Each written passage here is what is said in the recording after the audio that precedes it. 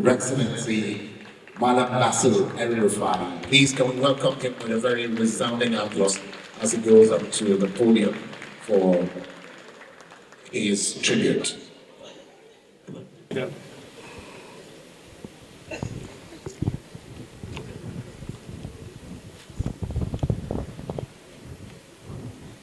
Excellency, Mrs. Audu Ogbeh, the Ogbeh family, Your Excellencies, ladies and gentlemen, please permit me to abridge the protocol. When I was asked to make a few remarks, I initially declined. Because for me, the subject of Audu Ogbeh is a very emotional one. He has played such an important role in my public life that when he died, I was not in the country, but I was too sad to even come to the point of writing a tribute. So it's very difficult for me. If I get too emotional in the end, please forgive me. And that's what I didn't want to exhibit, because I'm supposed to be a tough guy. I will share 3 stories of my interactions with late Chief Audu Ogbeh to underscore the high regard I had for him, I will always have for him. When Chief Audu Ogbeh became the chairman of the People's Democratic Party, he convinced President Obasanjo and Vice President Atiku Abubakar that ministers or ministerial nominees should be interviewed. Ask them questions about their likely portfolios and get them to articulate a vision. As you know, when you're nominated for these positions, you get vetted by the DSS and all that. And your name just gets sent to the National Assembly. But when Audu Ogbeh was chairman, he insisted that ministerial nominees should be interviewed. So the 3 of them constituted a panel to interview us in June 2003. We're all interviewed. And when I came in, he was the first to ask me a question. He said, Nasir El-Rufai, what's your favorite city?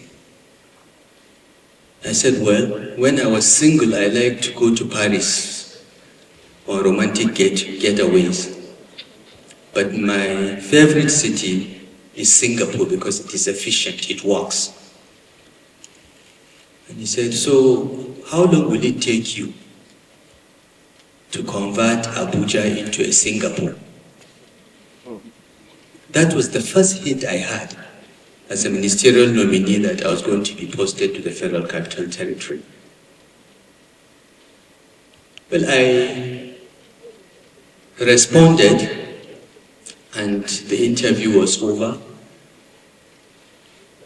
And I was posted to the FCT.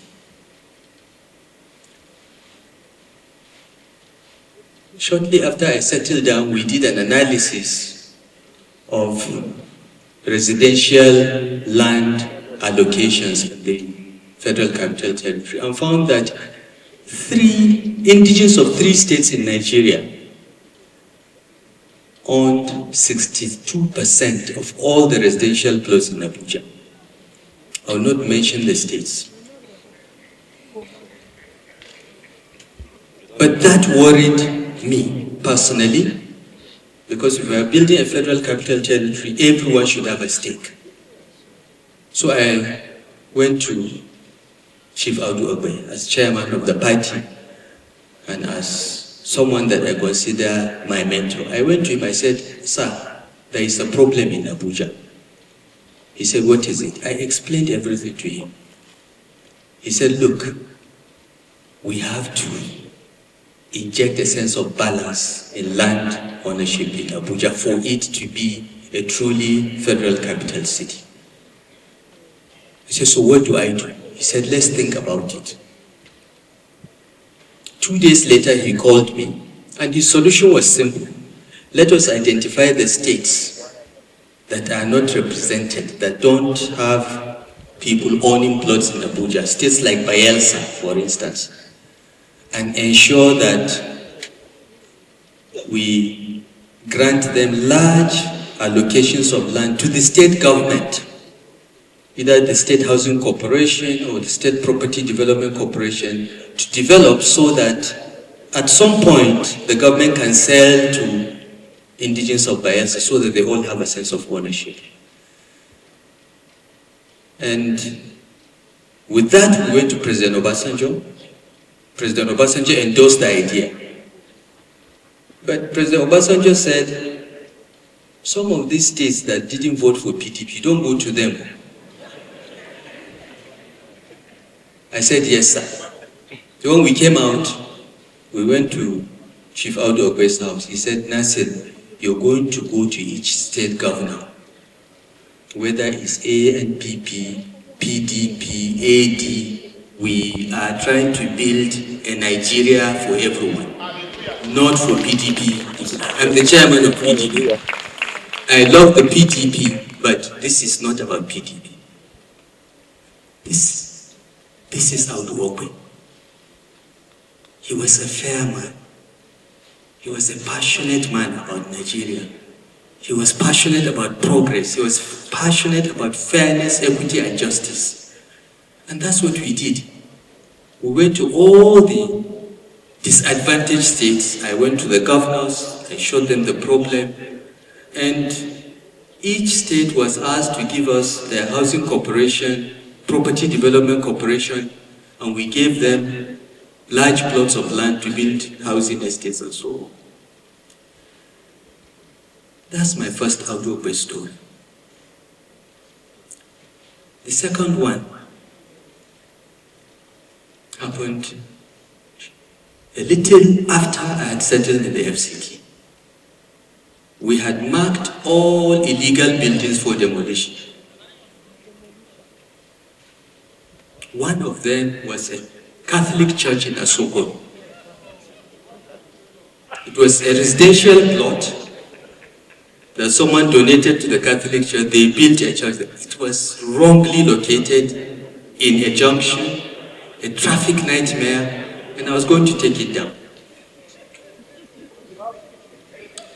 As you all know, when I was Minister of FCT, I was an equal opportunity demolisher. I didn't care what it was. If it violated, it could. But so the building was marked. Very senior Catholics in Abuja came and talked to me. I said, "Look, I'm here to restore the Abuja master plan. I'm not going to. I've heard you, but you know the problem. This church blocks traffic every Sunday. It inconveniences residents. My job is to remove that inconvenience." I don't know who advised them that they were getting nowhere. But the next time they came back with Chief Audu Ogbeh.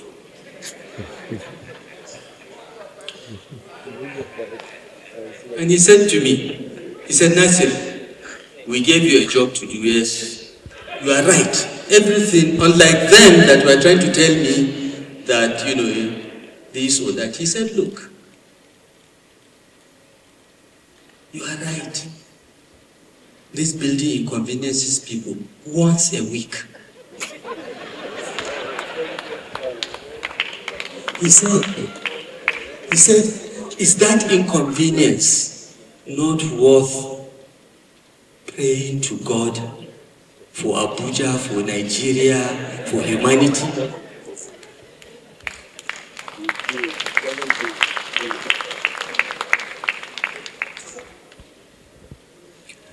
I said, yes, sir. I accepted that argument only because it came from Chief Audu Ogbeh. That building was spared because of him. And I want to say here and now, anybody that thought that that building survived for any other reason, it did not. It was because of Audu Ogbeh. Hallelujah. So that church should continue to pray for Chief Audu Ogbeh. Otherwise, it would have been a football field now, or a park. He was a devout Catholic. He was proud of who he was. But it also never colored his eyes or his mind about our common humanity. He was a wonderful, wonderful person. And my brother, Boss Mustafa, has explained the role he played in the formation of the APC and strengthening it. I'll tell you my last story, which is a sad one. Shortly after we won the elections, a very good friend of mine, who also contributed a lot to the election, came to me and said, look, I want to be the SGF. Can you go to President Buhari and talk on my behalf? I said, why not? So I went to the president-elect at the time. I said, Mr. President, Mr. XYZ is interested in being the SGF. I said, well, yes, but I want to appoint someone from the Middle Belt, a Christian, as my SGF. Everybody says I don't like Christians. I want to give the most important job, the most important appointment in the government to the Middle Belt. And this friend of mine is not from there. He said, so please find a way to explain to him that I've decided that that's where I'm picking my SGF from. So I went back. As a messenger, I passed the message. I then went back to President Buhari. I said, so who are you thinking of appointing, by the way? He said, I have only one name in mind. Chief Audu Ogbeh. I said, excellent choice, sir. Congratulations. And I left. I went back to Kaduna because I was also trying to put together my own team in Kaduna. Unfortunately, some people around the president felt that Chief Audu Ogbeh was too accomplished. He will be too independent. He will not bend.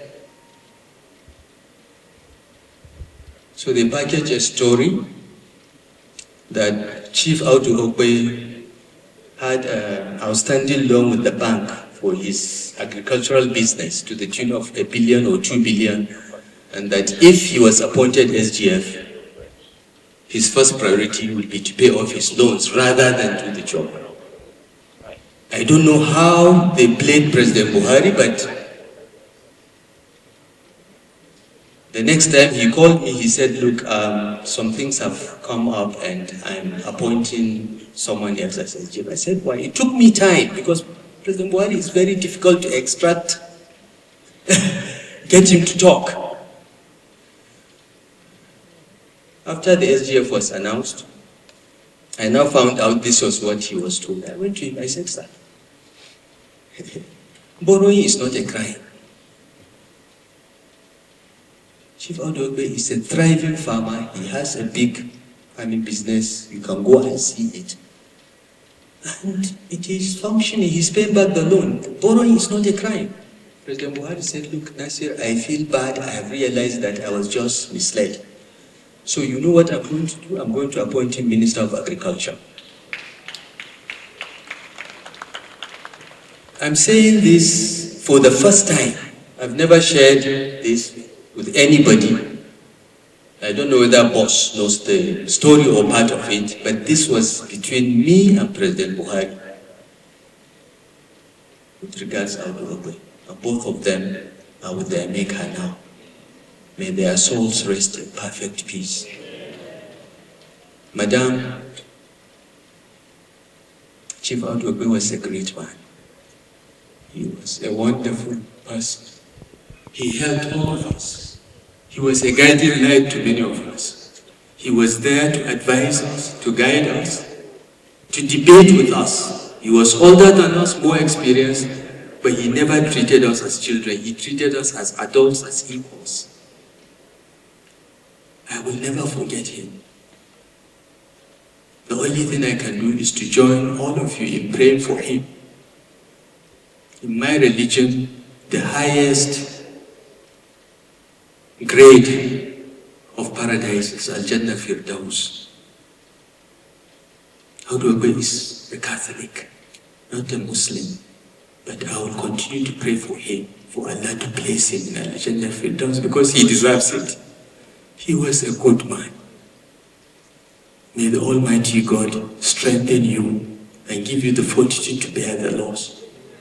And may Almighty God bless all that he has left behind for his service to humanity, for his service to Nigeria, because it was only under Audu Ogbeh as Minister of Agric that Nigeria stopped importing rice. People forget that. From $5 million a month importing rice, we came down to zero because of his efforts. It was only under Audu Ogbeh that the Anchor Borrowers Program was designed and implemented such that our farmers will get loans at very low levels of interest. He pushed for that. He believed in it. He practiced it. May the Almighty God give Nigeria more and more Audu Ogbehs. May his soul rest in peace. Thank you.